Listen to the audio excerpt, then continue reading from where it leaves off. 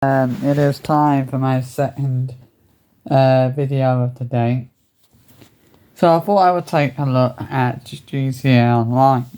And a recent update that came out yesterday, that being the Agents of Sabotage DLC, the second DLC update to come out this year after the release of the Bottom Dollar Bounties DLC, which came out over the summer.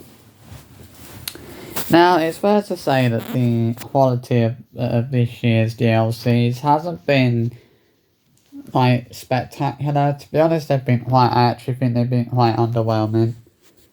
But there's one thing that you have to look at, and I think you have to kind of look at, where we are. We're in December 2024.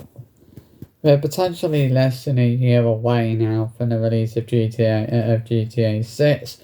If the game does not get delayed, which at time of recording there's been no confirmations of any delays for GTA 6. But that could change. That could change in the coming months.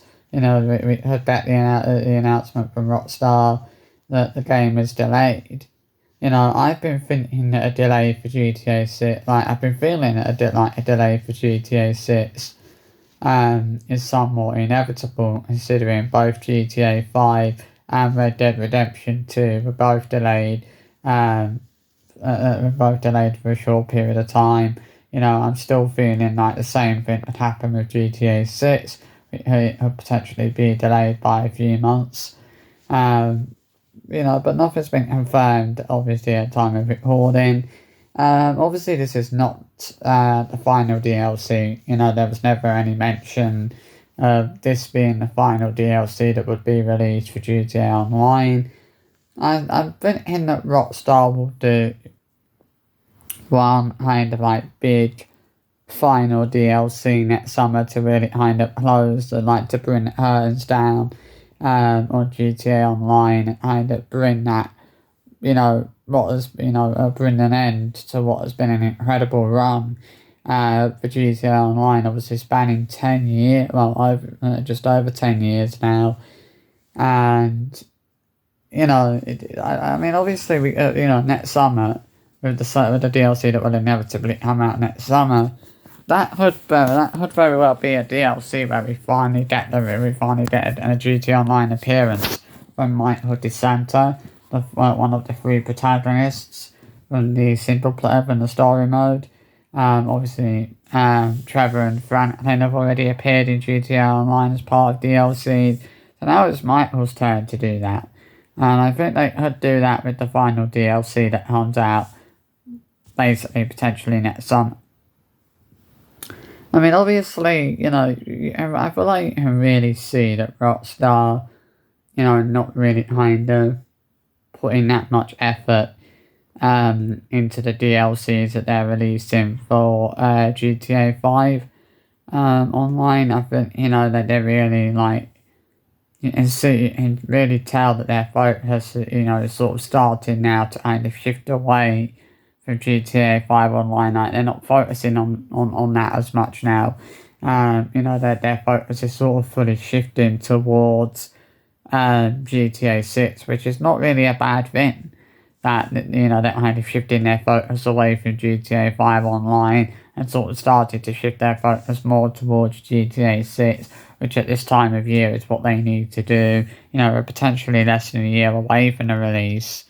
Now, is more, now that, they need to spend as much time as they can focusing on GTA 6.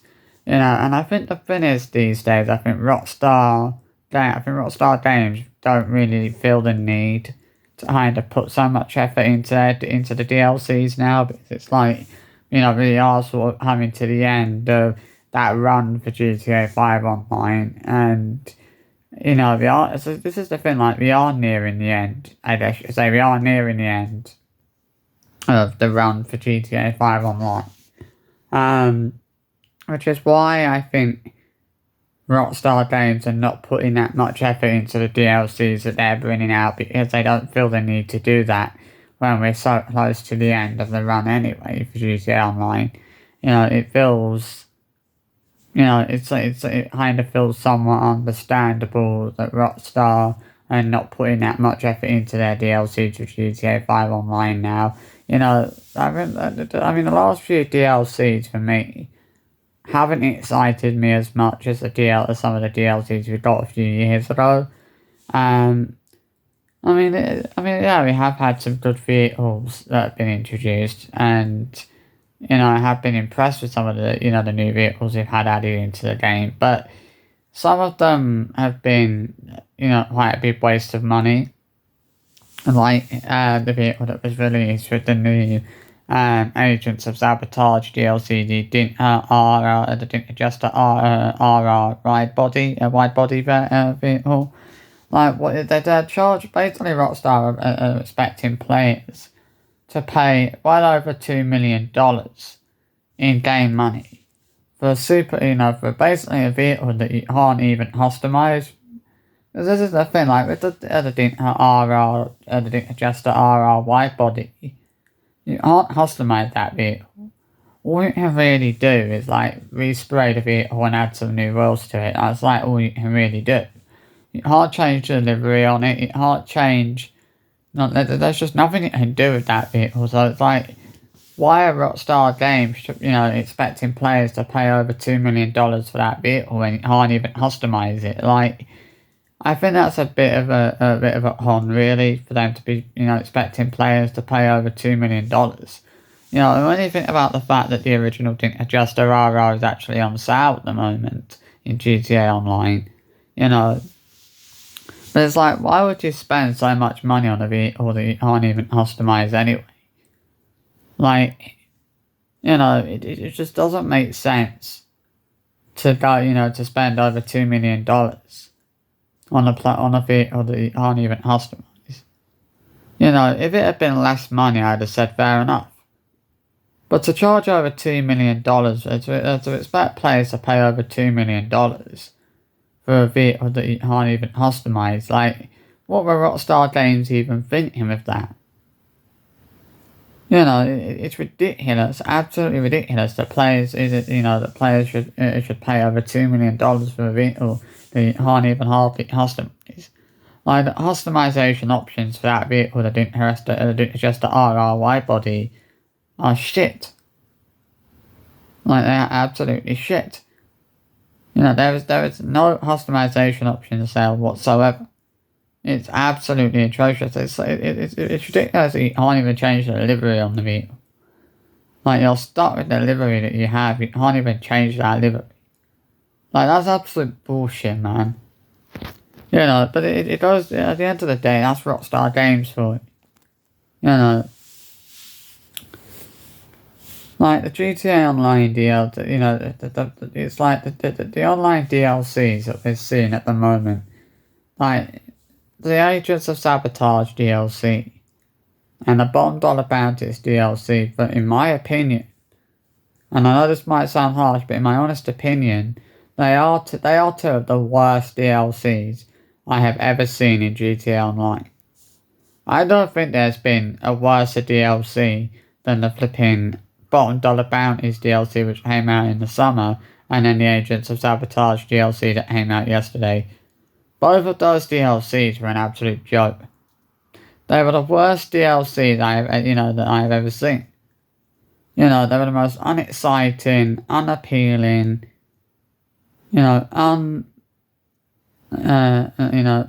uninteresting DLCs I've ever seen. The only good thing about this new Agents of Sabotage DLC is that you can actually purchase the garment factory. That's the only decent thing about it. And there's also been some new kind of things that you can add to the to what is it,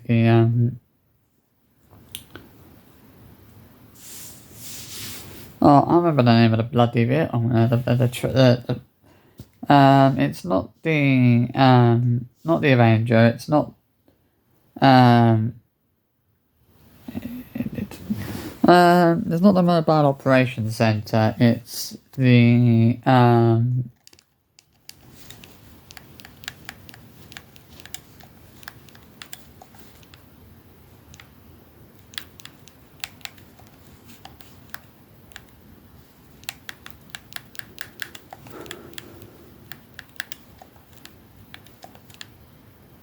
It's the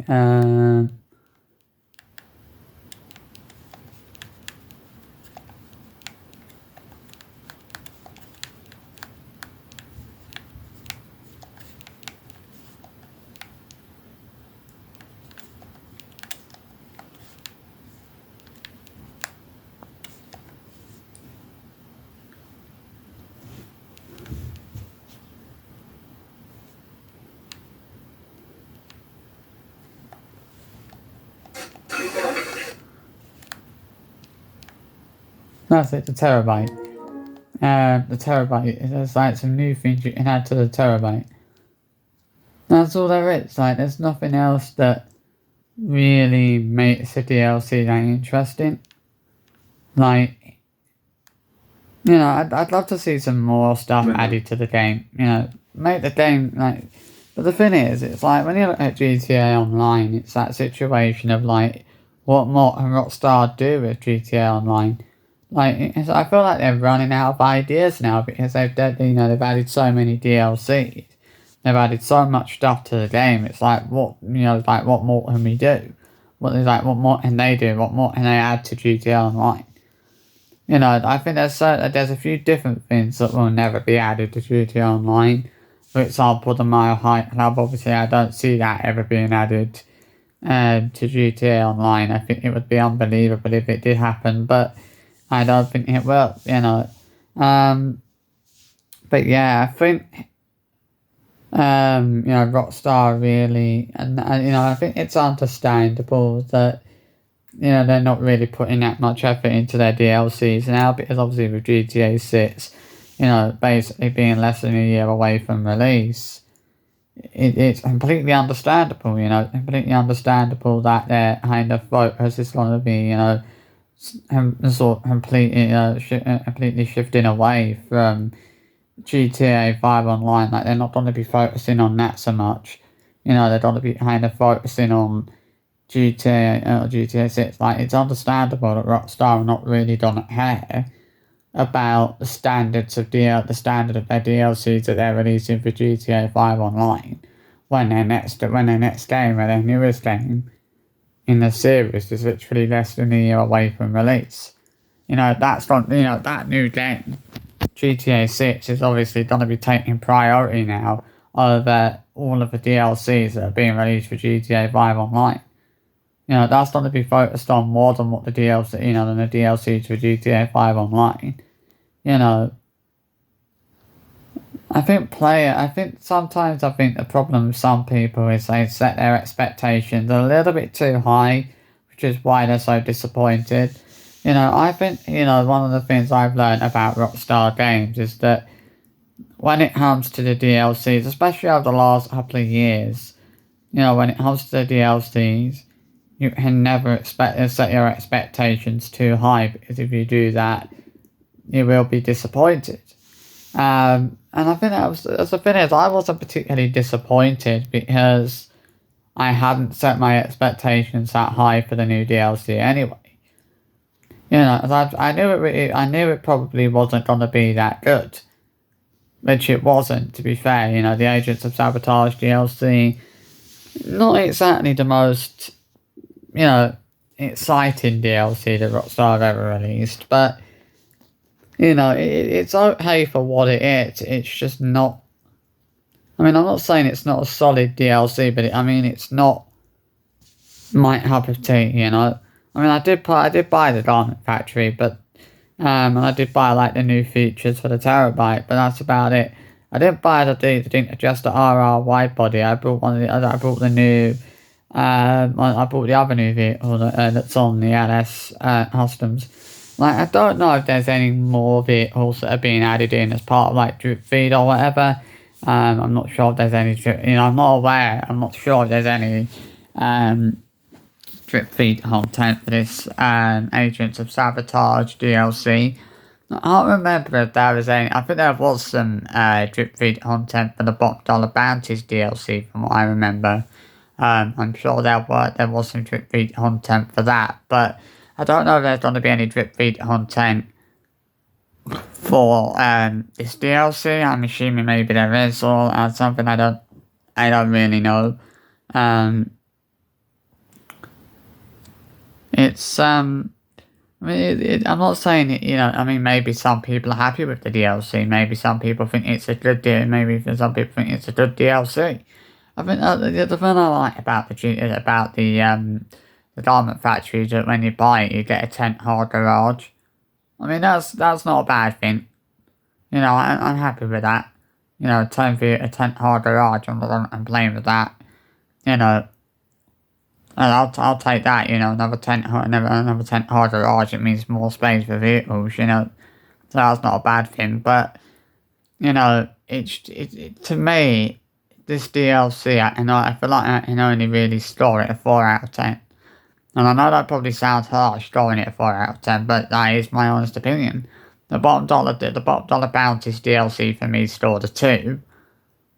As it wasn't that great. And it's just, and I feel like the Agents of Sabotage DLC is only a slight improvement. And it's only slightly better than that. It's not been a massive improvement on the bottom dollar bounties DLC that we got in the summer. It's not the most spectacular DLC. It's not a DLC that I'm going to score highly, purely because it wasn't that great. So I have to score it a 4 out of 10. I think that's pretty reasonable. I mean, that's all I'm going to say. Is don't expect too much when it comes to GTA, when it comes to Rockstar's new, and when it comes to Rockstar's DLCs. They're just not going to be putting too much effort into them now. So, I hope you enjoyed this little video, and I'll see you for another one soon. Bye bye.